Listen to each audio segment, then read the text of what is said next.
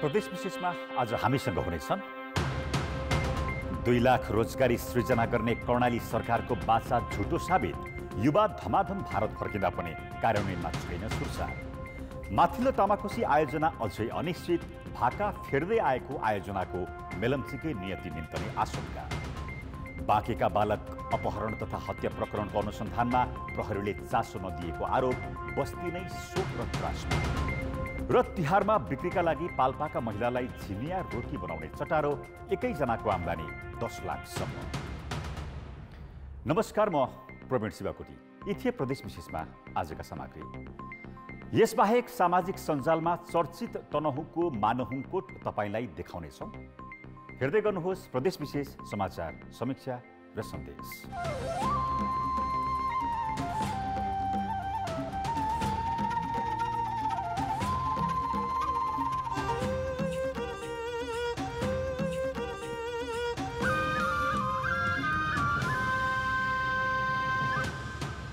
प्रदेश विशेष presented by Asian Paints। Karnali प्रदेश सरकारले कोरोना महामारीले रोजगारी गुमाएका 2 लाख युवाका लागि रोजगारी सृजना गर्ने लक्ष्य लिएको छ।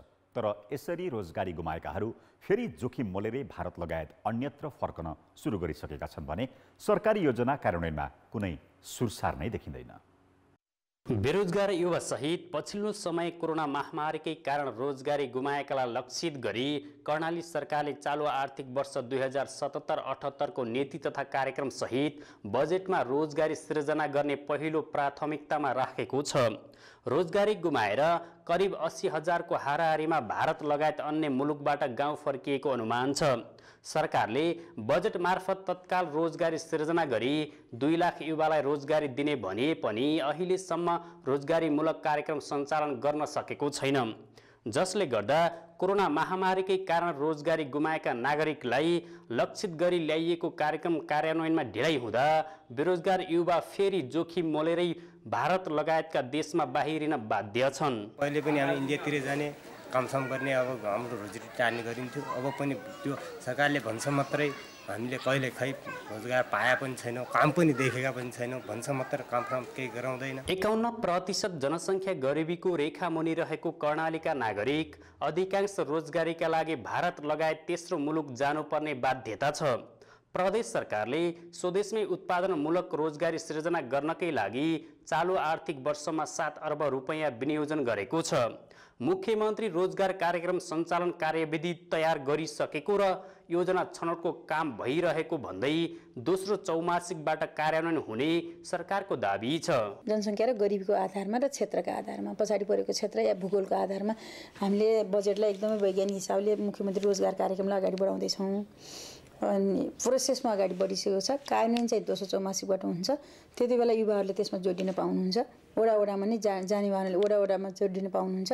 कोरोना भाइरसबाट रोजगारी गुमाएर घर फर्किएकाहरूलाई सरकारले रोजगारी दिने भनेर आशा जगाए पनि 2 छाक टार्न हम्मे हुन थालेपछि पुनः जोखिम मोलेरै विदेशिनु परेको छ।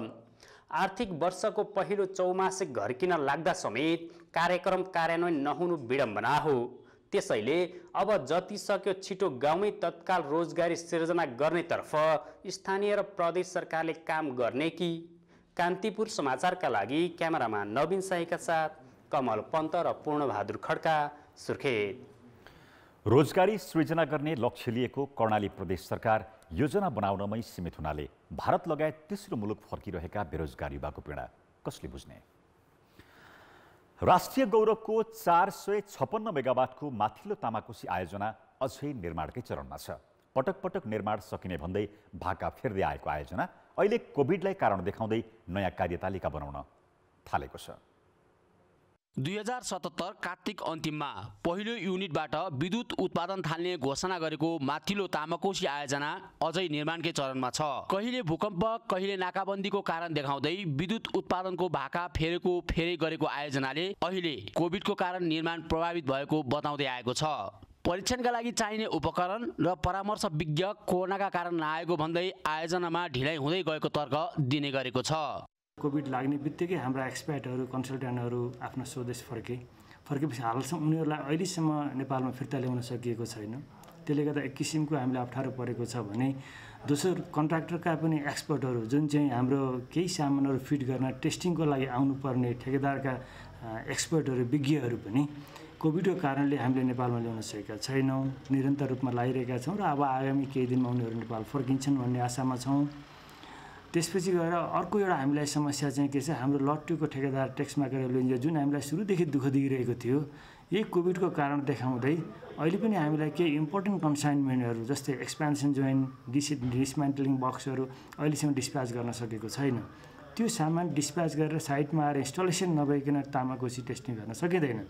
2076 पुसमा पहिलो युनिट विद्युत उत्पादन गर्ने दाबी गरेको आयोजनाले हाइड्रो मेकानिकलको कामलाई देखाएर 2077 असारसम्मको कार्यतालिका तोक्यो। त्यसपछि कोरोनालाई देखाउँदै कार्तिक अन्तिममा आयोजनाको निर्माण सकिने भने पनि पुनः सामान ढुवानी र परामर्श विज्ञ नआएको बहाना बनाएको छ। अर्कोतर्फ ऊर्जा मन्त्रालयले सामान ढुवानीमा सहजीकरण नगरिदिएकोले ढिलाइ भइरहेको दाबी समेत आयोजनाको छ। ऊर्जा सङ्कट व्यवस्थापनमा मेरुदण्ड मानिएको राष्ट्रिय गौरवको तामाकोसी आयोजना पछिल्लो समयमा मेलम्चीकै नियति भोग्ने त होइन भन्ने शङ्का उत्पन्न भएको छ। यो कोभिडको कारणले गर्दाखेरिमा सबै डराउने भएका पनि अब कार्यालय कर्मचारी पनि सङ्क्रमित हुने, मन्त्रालयमा त्यस्तै, अन्य ठाउँमा त्यस्तै, प्राधिकरणमा त्यस्तै, त्यसले गर्दा चाहिँ के छ समग्र रूपमा केही चाहिँ ढिलाइ हुँदै गइरहेको छ। सुरुमा 35 अर्ब 33 करोड लागतमा बन्ने भनिए पनि भूकम्प र नाकाबन्दीका कारण ढिलाइ भएको भन्दै आयोजनाको समय बढ्दै जाँदा लागत 72 अर्ब पुग्ने अनुमान गरिएको छ। पछिल्लो समय कोभिडको कारण देखाउँदै निर्माण प्रभावित बनेर ढिलाइ हुँदा थप आर्थिक भार बढ्दै जाने निश्चित छ। लागत बढ्नुमा आयोजनाले डलरमा भएको वृद्धि र ऋणको भार ब्याज बढ्नुलाई मुख्य कारण मानेको छ। ऊर्जा मन्त्रालयले आयोजनाको कामलाई सूक्ष्म ढङ्गले नहेर्ने हो भने माथिल्लो तामाकोसी आयोजनाको भविष्य अनिश्चित हुने देखिएको छ। कान्तिपुर समाचारका लागि केदार शिवाकोटी, दोलखा। राष्ट्रिय गौरवको माथिल्लो तामाकोसी आयोजना निर्माणमा भइरहेको ढिलाइलाई के भन्ने? तपाईको विचार हामीलाई हाम्रो ट्विटर ह्यान्डल @RKTV मा मेन्सन गरी लेख्न सक्नुहुनेछ। प्रदेश विशेष प्रेजेन्टेड बाई एशियन पेन्ट्स। ब्रेकपछि प्रदेश विशेषमा स्वागत छ। दशैंमा 12 वर्षीय बालकलाई अपहरण गरी हत्या गरिएपछि अभिभावकसँगै बाँके बनकटुवाका बासिन्दाको आँखामा अहिलेसम्म आँसु थामिएका छैनन्। घर नजिकैबाट साँझ बालकको अपहरणपछि 500 मिटर पश्चिम बनकट्टीको तलाउमा लगेर हत्या गरिएको थियो। उक्त घटनापछि गाउँभरिका बालबालिका बाहिर निस्कन अहिले पनि डराउँछन्। बिहान 8 बजेको थियो। बाँके डुडुवा गाउँपालिका वडा नम्बर 3 बनकटुवाकी रेखा हरिजन घर अगाडिको बाटोमा भावबुइल हुँदै रोइरहेकी थिइन्। कार्तिक 10 गते 12 वर्षीय छोरा सुनिललाई साँझ अज्ञात व्यक्तिले अपहरण गरी हत्या गरिएपछि रेखासँगै उनका छरछिमेकीका समेत आँखा उभाएका छैनन्। 3 सातादेखि बस्ती शोक र त्रासमा छ। घरे पैसा मांगे, पैसा दिया ताकि चला गया भंडारा खाए। भंडारा खाए के बाद में हेरे लागे 8 बजे से सारी रात गाँव भर में हेरे नहीं पाए। आदमी सब अपने अपने घर में पहुँच रहे हैं, कोई नहीं, अकेले हेर रही गाँव में, कोई बोला नहीं गाँव में। विजया दशमीका दिन शिव मन्दिरमा ठुलो भण्डारा थियो। दशैंको रौनकतामा रमाउँदै गरेका बालक सुनिललाई राति 8:30 बजेतिर अपहरण गरी 500 मिटर पश्चिमको बनकट्टी तलाउमा लगी हत्या गरिएको थियो। बालकको अपहरण कसले गर्यो र अपहरणपछि हत्या गर्नुको कारण के हो भन्ने विषय अझै प्रहरीले खुलाएको छैन। प्रहरी निरीक्षकको कमानमा एउटा अनुसन्धान टिम पनि गठन गरिसकेका छौँ र घटनाको धेरै प्रकारले अनुसन्धान भइरहेको छ र अहिले घटनालाई हामीले अब यसै हो भन्ने अवस्थामा छैनौँ र यसको घटनाको हामी विस्तृत चाहिँ अनुसन्धान कार्य चाहिँ भइरहेको छ। अधिकांश विपन्नको बसोबास रहेको यो बस्तीमा भएको अपहरण र हत्याको अनुसन्धानमा प्रहरीले अपेक्षित सक्रियता नदेखाएको स्थानीयको आरोप छ। त्यो घटनाले अझै पनि जनमानसमा त्यो डर त्रास भन्ने एउटा बच्चाबच्चीलाई साँझ घरबाट बाहिर निस्किन नदिनु, बच्चालाई साँझ हुन लागेपछि बच्चा कहाँ छ भनेर खोज्ने एउटा जुन मानसिकता विकसित भइसकेको छ, त्यसले चाहिँ डर त्रासको वातावरण अझै पनि रहिरहेको छ। र म के भन्छु भने अपराधीहरू यसरी नै ठाउँमा आएनन्, उनीहरू पक्रिएनन् भने भोलि भविष्यमा कसैका बच्चा पनि सुरक्षित रहँदैनन्। प्रहरीले भन्छन् तर अनुसन्धान हुँदैछन् अहिलेसम्म केही भए छैन सर, कोही निचोड आए छैन सर। गएको जेठ 27 गते रौतहटमा 12 वर्षीय बालक, साउन 20 गते भक्तपुरमा 11 वर्षीय बालक र असोज 24 गते अपहरण गरिएका बाराका 5 वर्षीय बालकको हत्या गरिएको प्रहरीको तथ्याङ्कमा उल्लेख छ। बालक अपहरण र हत्याका पछिल्ला यी केही प्रतिनिधिमूलक घटना हुन्। कसैले व्यक्तिगत प्रतिशोध साध्न र कसैले बालक अपहरण गरेर फिरौती माग्न यस्ता घटना गराएको प्रहरी अनुसन्धानले देखाएको छ। कान्तिपुर समाचारका लागि सविता जीसी, बनकट्टी, बाँके। अपहरणपछि हत्या गर्ने अभियुक्तलाई अनुसन्धानको दायरामा ल्याई दण्डित गरिनुपर्छ, नत्र यस्ता कुकर्म गर्नेहरूको मनोबल अझ बढेर जानेछ। तिहारका लागि पश्चिम पहाडमा चामलबाट झिनिया रोटी बनाउने गरिएको छ।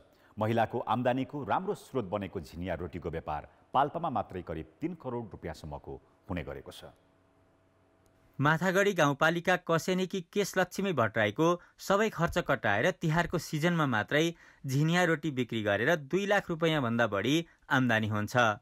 चामलबाट बनाइने झिनिया रोटी बिक्री गरेर घर खर्च मात्र होइन, महिलाका लागि आम्दानीको बलियो स्रोत समेत बनेको भट्टराईको अनुभव छ। घरमै बसेर थोरै लगानीमा धेरै आम्दानी गर्न सकिने भएपछि धेरै महिलामा यो रोटी बनाउने आकर्षण बढेको हो। उत्पादन त अब गर्न सके राम्रै हुन्छ, अब कहिलेकाहीँ पानी आउँदा दुःख हुन्छ, नाइबा त ठिकै हो, आम्दानीहरू हुन्छ। हामी परिवारलाई अब खानलाई जनतन अलिअलि निर्वाह चलेकै छ। माथागढीमा मात्र होइन, रम्बा गाउँपालिकाको ताहु, हुमिन, रामपुर नगरपालिका, तानसेन, बङ्नासकालीको आरेभन्ज्याङ, पोखराथोक लगायतका स्थानमा 200 भन्दा बढी महिलाले झिनिया रोटी बनाएर घर खर्च चलाएका छन्। अधिकांश महिला आफै उत्पादक र आफै व्यापारी हुन्। व्यापार राम्रै हुन्छ। यो हामीले बनाएर पनि नसकेर खट्नुपर्छ, खटिदिन्छु। 1 वर्षमा अब यो सिजन भ्याएपछि फेरि हामी सुरु गर्छु। तिहारमा दिदीबहिनीले दाजुभाइलाई टिका लगाइदिएपछि सगुनको रूपमा रोटी दिने चलन छ। धेरैभन्दा धेरै प्रकारका रोटी दिनुपर्ने चलनले पनि झिनिया रोटी लोकप्रिय बनेको छ। यो झिनिया रोटी हरेक वर्ष हामीले तिहारमा लैजाने र दिदीभाइ बहिनीहरूले दिने गर्ने चलन छ। त्यही अनुसार यसपटक पनि दिन आएको। तिहारको सिजनमा महिलाले 50,000 देखि 10 लाखसम्मको झिनिया रोटीको व्यापार गर्छन्। बुटवल, नेपालगञ्ज, काठमाडौँ, नारायणगढ लगायतका स्थानबाट समेत माग आउने गर्छ।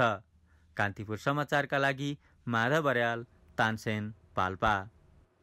सिप र जाँगर भए सानो लगानीमै मनग्गी आम्दानी गर्न सकिन्छ भन्ने उदाहरण हो यो। प्रदेश विशेष प्रेजेन्टेड बाय एशियन पेन्ट्स। ब्रेकपछि प्रदेश विशेषमा पुनः स्वागत छ। तनहुँको पर्यटकीय क्षेत्र मानहुङकोटमा यति बेला आन्तरिक पर्यटकको चहल पहल बढेको छ। दैनिक 1000 पर्यटक पुग्न थालेपछि 300 जनालाई मात्र प्रवेश खुल्ला गरिएको छ। मानहुङकोटबाट देखिने लोभलाग्दा दृश्यहरूले जो कोहीलाई पनि मोहित बनाउँछ। म अहिले तनहुँको पर्यटकीय स्थल मानहुङकोटमा छु। कोरोनाको कहरका बीच पनि मानुङबाट लोभलाग्दा दृश्य हेर्नका लागि पर्यटकको लहरको लागेको छ।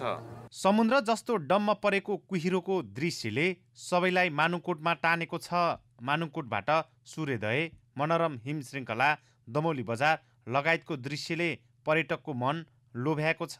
सामाजिक सञ्जालमा यहाँको भिडियोहरू धेरै भाइरल भएको थियो। अनि यहाँको कुहिरोहरू पनि राम्रो रहेछ। तपाईँको पुरै तपाईँको समुद्रमा गएको जस्तो सिन रहेछ। यहाँबाट हेर्दाखेरि रमाइलो रहेछ। अनि यहाँको मेन त सूर्योदय हेर्नलाई धेरै रमाइलो रहेछ। मान्छेहरू धेरै नहरकोट हेरेर जान्थ्यो। यहाँबाट राम्रोसँग सूर्योदय पनि देखिँदो रहेछ। अनि यो कोरोनाको टाइममा अब हामी कहीँबाट बाहिर निस्केको छैनौँ। अहिले यो कोरोना टाइममा भए पनि यहाँ तपाईँको लाखौँ मान्छेहरू आइरहेको छन् घुम्नलाई। पहिलेदेखि टिकटकहरूमा देखिरहेको यो दृश्य एकदमै आउन मन लागिरहेको थियो। यहाँको यो भन्नुपर्दा यहाँको यत्तिकै सबै राम्रै छ। त्यसमाथि सनराइज देख्यो हामी बिहानै आएको हेर्नलाई। अनि पहाडहरू, हामी त तराईमा बसेको है, पहाडहरू पनि रमणीय छ, रमाइलो छ, सबै एकदमै रमणीय, हेर्न लायक छ। समुद्री सतहबाट करिब 1100 मिटर उचाइमा रहेको मानुङकोटमा देशभरबाट पर्यटक आगमनले स्थानीय खुसी छन्। तर सार्वजनिक शौचालय नहुँदा र खानेपानीको समस्याले पर्यटकको व्यवस्थापनमा कठिन भएको स्थानीय बताउँछन्। खाना बस्न टोयलेटको सुविधा गरिदिन पाए मलाई एकदमै त्यो मन थियो। अब कसरी के गरौँ कसो गरौँ, पानी पनि अलिकति पानी नभएकोले पनि यस्तो हामी पछाडि परिरहेको छ। पाहुनाहरू बस्न व्यवस्था पनि मिलाउन सकेको छैन हामीले। दमौली बजारबाट 7 किलोमिटर दूरीमा मानुङकोट पर्दछ। मानुङकोटको पूर्वाधार विकासमा जोड दिएको व्यास नगरपालिकाले जनाएको छ। जो त हामीले मानुङको एउटा ऐतिहासिक पक्ष भनेको आकाशबाट झरेको पानीलाई हामीले सङ्कलित गरेर त्यत्रो पोखरी पनि छँदैछ त्यहाँ, त्यसरी पानीहरू चाहिँ खाने स्थिति बनेको थियो। तर अहिले हामी अब लिफ्ट सिस्टमबाटै त्यहाँ लानुपर्ने हुन्छ। त्यसको लागि स्रोत र खर्चको व्यवस्था पनि हामी मिलाउँछौँ। मानुङकोटमा दैनिक 1000 भन्दा बढी पर्यटक आउन थालेपछि व्यास नगरपालिकाले अहिले 300 जनालाई मात्र प्रवेशको अनुमति दिएको छ। मानुङकोटमा आउने पर्यटकले भने स्वास्थ्य सुरक्षा मापदण्ड पूर्ण रूपमा पालना गर्नुपर्नेछ। कान्तिपुर समाचारका लागि प्रताप राणा मगर, मानुङकोट, तनहुँ। प्राकृतिक छटाले भरिएको हाम्रो देश प्रकृतिकै अनुपम उपहार हो। विभिन्न भेगमा अवस्थित यस्ता ठाउँहरूको सही सदुपयोग हुन भने आवश्यक छ। प्रदेश विशेष आजका लागि यति नै। प्रदेश समाचारहरूको साथमा भोलि फेरि आउनेछौँ। कान्तिपुर टेलिभिजन हेर्दै गर्नुहोला। नमस्ते।